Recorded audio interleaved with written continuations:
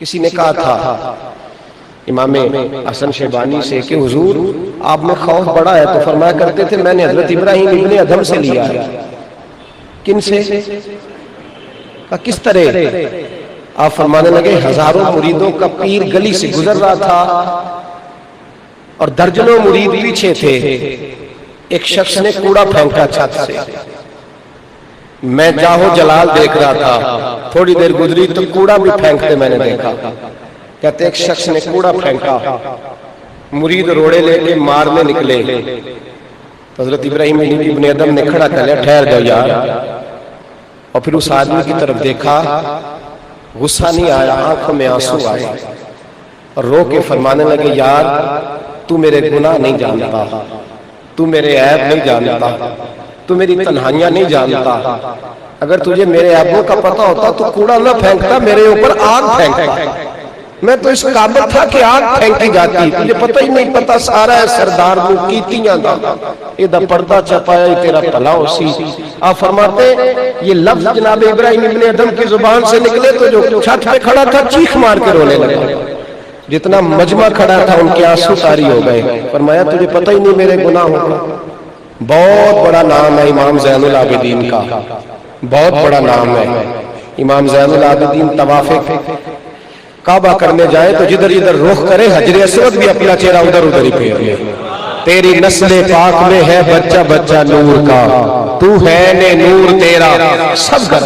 امام زین العابدین مسجد نبوی سے نکلے تو ایک شخص گالیاں دینے لگا، معاذ اللہ تو یہ کرتا ہے، تو وہ کرتا ہے، تو یہ کرتا ہے، معاذ اللہ الزام لگانے لگا۔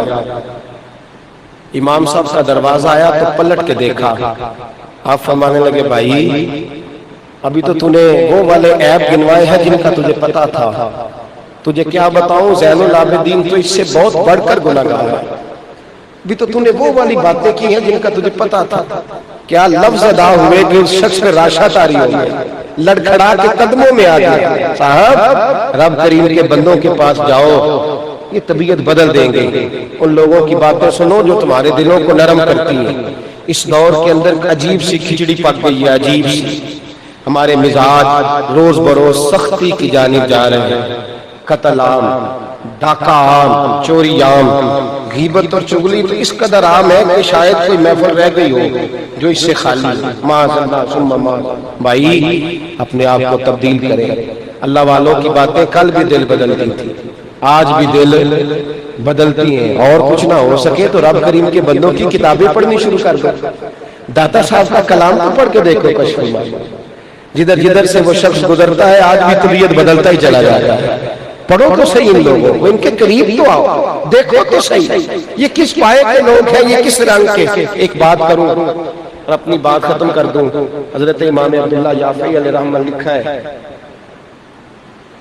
بغداد کا ایک تاجر، وہ کہتا ہے مجھے ان علماء سے پیروں سے کچھ عجیب سی الرجی تھی، عجیب سی، کوئی نہ کوئی بات، کوئی نہ کوئی چیز میرے دماغ میں آڑی جاتی تھی۔ کہتے ہیں سارا بغداد حضرت بشر حافی کے ہاتھ چومتا تھا، سارا، میں مخالفت کرتا تھا، مجھے نہیں بھاتے تھے ایک نظر، سارا بغداد پیار کرتا تھا۔ کہتے ہیں مجھے ان کی ایک عادت اچھی نہیں لگتی تھی، وہ جمعے کی نماز پڑھنے آتے تو فرض پڑھ کے نکل جاتے، کچھ تو مجبوریاں رہی ہوں گی، یوں ہی کوئی بے وفا نہیں ہوتا۔ کہتے ہیں فرض پڑھتے تو نکل جاتے، میں کہتا یہ صوفی صاحب لوگوں کو درس دیتے ہیں لمبی نمازوں کا، آپ فرضوں کے بعد چھٹی کر جاتے ہیں۔ ایک جمعہ میں نے ارادہ کیا، میں نے کہا دیکھو تو صحیح مولوی جاتا کدھر ہے، حالانکہ یہ جاسوسی منع ہے، یہ درست نہیں، لیکن وہ تاجر کہتا ہے میں نے ارادہ کیا، حضرت نے جمعے کی نماز پڑھی اور سلام پھیرا جو امام صاحب نے تو دعا بھی نہ مانگی، اٹھ کے دوڑے، کہتے ہیں دوڑتے نکلے باہر، میں بھی پیچھے ہو لیا، چھپتا چھپاتا پیچھے، ان کو پتہ نہ چلے۔ کہتے ہیں وہ نان بھائی کی دکان پہ گئے تو ایک نان خریدا، 2 نان خریدے جتنی ضرورت تھی۔ اب میں نے نیا حاشیہ بنایا، ہم جب کسی کی تقریر سن رہے ہوتے ہیں نا، جمعہ پڑھ رہے ہوتے ہیں بات، اسی وقت تبصرہ بھی ساتھ ساتھ چل رہا ہوتا ہے، اسی وقت ہم کہہ رہے ہوتے ہیں نہیں پھر یہ تیری نہ ہو سکتا، منوان ماننے کو تیار، ساتھ ساتھ ہم اس پہ حاشیہ بھی لگا رہے ہوتے ہیں اسی وقت۔ کہتے ہیں جب نان خریدے نا تو میرے دل نے اسی وقت آواز دی، میں نے کہا اوہو پیٹ کی آگ نے ستایا ہے تو سنتیں بھی چھوڑ دی، بھوک لگی ہے مولوی کو۔ کہتے وہاں سے وہ گئے تو ایک کباب والی گوشت والی دکان سے تھوڑا سالن خریدا۔ میں نے کہا دیکھو سنتیں نہیں اس کو پیاری، دعا نہیں پیاری، اور کدھر آیا؟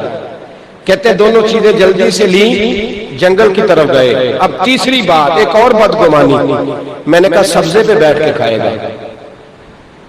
اب فرماتے ہیں پیچھے پیچھے ہو لیا، تھوڑا سا وہ جنگل کا علاقہ گزرا تو ایک جھونپڑی آئی۔ حضرت نے باہر سے دروازہ کھولا، اندر گئے تو میں نے عجیب منظر دیکھا۔ ایک شخص بیٹھا ہے جو آنکھوں سے اندھا ہے، ہاتھ دونوں کٹے ہوئے ہیں اور وجود اس کا زخموں سے چور ہے۔ کہتے ہیں شاید میں ہوتا تو اس کے پاس نہ بیٹھتا، پر بغداد کے ہزاروں عقیدت مندوں کے اس شیخ نے اتحیات کی حالت میں بیٹھ کر پہلے اس کے منہ پر گرنے والا پانی صاف کیا، پھر اس کے زخموں کا ریشہ صاف کیا، پھر مرہم پٹی لگائی، پھر توڑ توڑ کے لقمے منہ میں ڈالنے لگے۔ کہتے ہیں وہ شخص کھاتا اور کھاتے کھاتے کہنے لگا حضور 18 سال بیت گئے ہر روز آتے ہو، میری کتنی نوکری کرو گے؟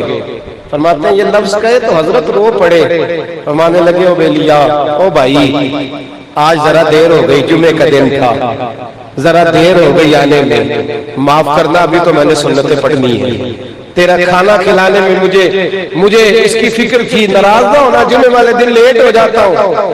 کہتے ہیں جب یہ لفظ کہے تو میں دروازے پہ کھڑا تھا، میری ٹانگیں کانپنے لگی، میں رونے لگا، میری چیخیں نکلی، اور حضرت جب باہر آئے تو میں قدموں پہ گرا۔ میں نے کہا حضور جس کو میں آپ کی کوتاہی سمجھا کرتا تھا وہ تو آپ کی سب سے بڑی نیکی نکلی، تو سب سے بڑی خیر نکلی۔ 18 سال تو ماں باپ کسی نارمل بچے کی خدمت کرے تو وہ کہتے ہیں یا اللہ پردہ دے دے، ہمارے ہوتے ہوتے چلا جائے تو اچھا ہے۔ 3 سال بچوں کو بوڑھے ماں باپ سنبھالنے پڑے تو پردے کی 18 سال ہی بیت گئے۔ کہتے ہیں میں ان کی تعریفیں کر رہا ہوں لیکن وہ کمپنی کی مشہوری والے نہیں تھے نا، وہ مجھے کیا کہہ رہے ہیں؟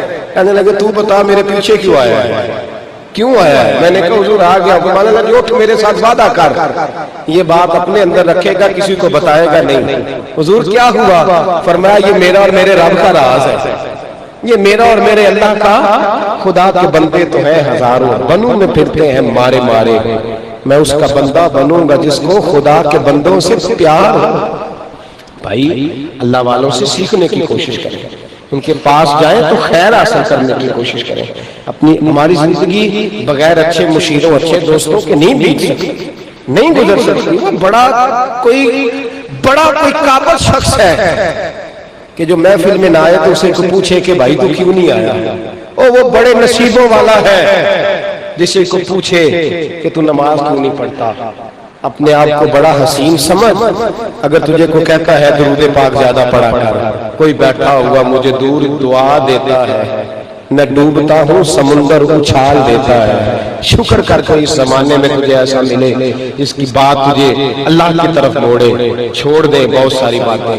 ہمیں تو اس چکر میں ڈال دیا گیا ہے کہ سارا زمانہ ہی غلط لوگوں کا آیا ہے، اس میں شک نہیں کہ کچھ جگہوں پہ غلط لوگ آئے ہیں، لیکن خیر جتنی اس زمانے میں بڑھ رہی ہے وہ بھی اللہ کا خاص فضل ہے۔ بڑے بڑے لوگ ہیں جو بال بچوں کو نہیں، گھر بار کو نہیں، بنگلہ کوٹھی کو نہیں دیکھتے، جب بھی دیکھتے ہیں گنبد خضرا والے محبوب کی رضا کو دیکھتے ہیں۔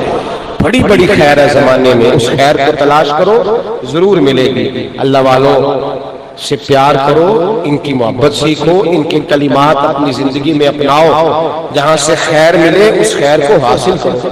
یہ چیزیں بڑا فائدہ دیں گی۔ حکمت مومن کی گمشدہ میراث ہے، جہاں سے ملے اسے لینے کی کوشش کریں، اپنے آپ کو سنواریں، اپنے اوپر محنت کریں۔